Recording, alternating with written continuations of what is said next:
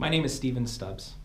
I'm an attorney in Las Vegas, Nevada, and I represent 43 different motorcycle clubs. I am here to tell you the truth of what happened at the Denver Expo on January 30th, 2016. A lot has played out in the media. I've told this story to many media members. They do the best they can with the time slots they have, but really they can't put into their small time slots everything that happened on that day. The truth is that the Mongols Motorcycle Club had booths set up in the basement of the Denver Expo. They were minding their own business and selling t-shirts when 8 to 11 Iron Order Motorcycle Club members were down at the bottom of the stairwell looking at them in a very aggressive way called mad dogging. Now, that may not seem like a lot to anyone, but it's pretty creepy when somebody's standing there in a group and staring at you in a weird way. At first, the Mongols ignored it and made fun of them. After a while, it got a little creepy and they decided to go over and confront them. Now, keep in mind, the Iron Order Motorcycle Club is a law enforcement motorcycle club. Their members are predominantly law enforcement officers, both state, federal, and in the corrections departments. They also don't get along with anybody. These aren't the good cops. These are the kind of cops that you don't want to meet. The aggressive kind that have a power trip. I've never met one member of the Iron Order's Motorcycle Club that was a cool guy. Every single one that I've ever met has been a jerk. And these guys have a history of provoking fights and trying to show how awesome they think they are. So the Mongols go up to them and they ask them to leave. One member in particular starts to MF them, taunt them, swear at them, F the Mongols, all kinds of things. And it gets to the point to where they've got their chests together, about 8 on 8 at this point. Their chests are together, and one of the Iron Order pushes a Mongol, and in reaction, that Mongol slaps the beer bottle out of the Iron Order's hand. You heard it right, beer bottle. They were all drinking, and one in particular was very inebriated. So when this happened and the beer bottle crashed, the inebriated Iron Order member, his name is Derek Duran, pulled a gun. Now this caused everybody to stop, reassess the situation, and so there was a pause for a moment. But then one of the Mongols, because he had a gun in his face, lunged at Mr. Duran to try to stop him. Mr. Duran shot this Mongol, and the Mongol is currently in critical condition at the hospital. That gunshot sparked a fist fight. The Mongols and the Iron Order got into a fist fight, and in very short order, the Mongols Motorcycle Club beat up the Iron Order. They were on the ground and they were beat. The Iron Order lost the fist fight. The Mongols let them up and let them go, wanting to tend to their brother that was shot. The Iron Order went to the top of the stairwell, and the inebriated one in particular still had his gun in his hand, turned around and started waving his gun at the Mongols and telling them that he was going to shoot them. Then Mr. Mendoza, Nubs, a well-respected member of the Mongols Motorcycle Club, charged Mr. Duran to try to disarm him. Mr. Duran then shot Nubs in the chest, and Nubs died.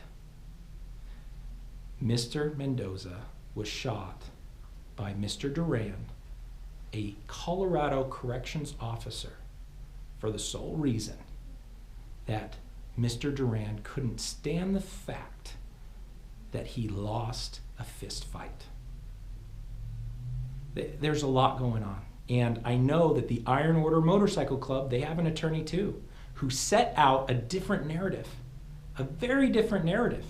And before any of the evidence came out, when I was simply talking to both my clients, the Mongols, and independent witnesses that corroborated what was going on, the Iron Order put out their narrative that was very different.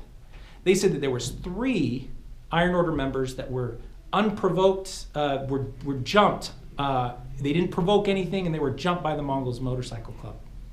It's not true, but that's what they're saying.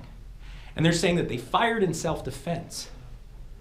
The interesting thing is, the Mongols Motorcycle Club, nobody within the Mongols Motorcycle Club that was involved in this incident had a gun on them whatsoever. None of them.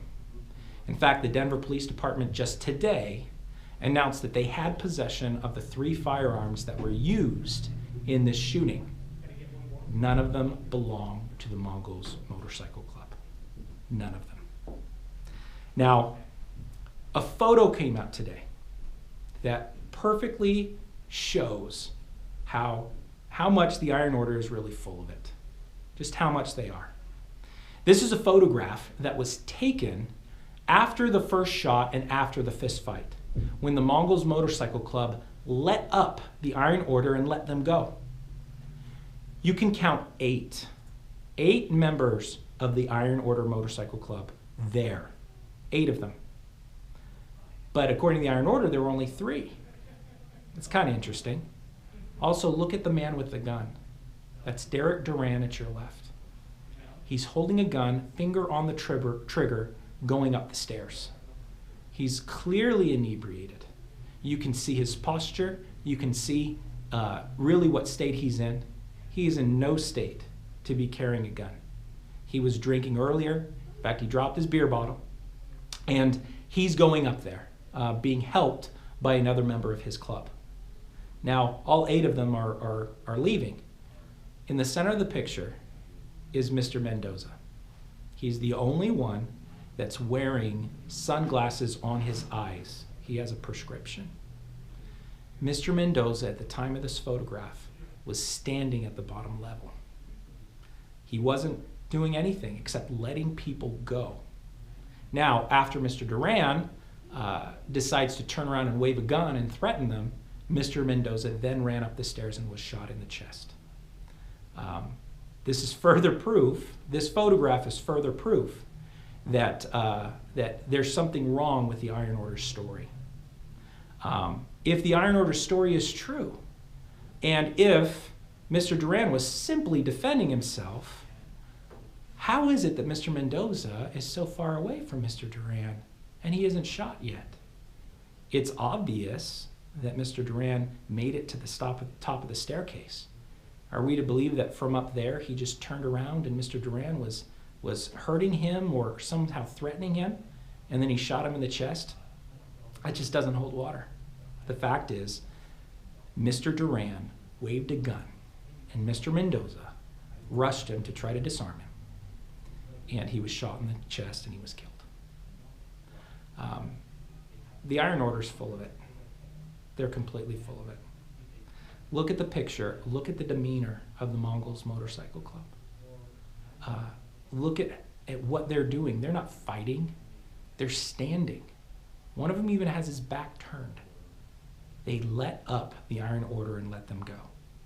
And afterwards, Mr. Duran went to the top, pointed the gun, threatened all of the Mongols, and Mr. Mendoza heroically went to disarm him and was killed. It's a travesty. I hope that the Denver Police Department investigates this fairly.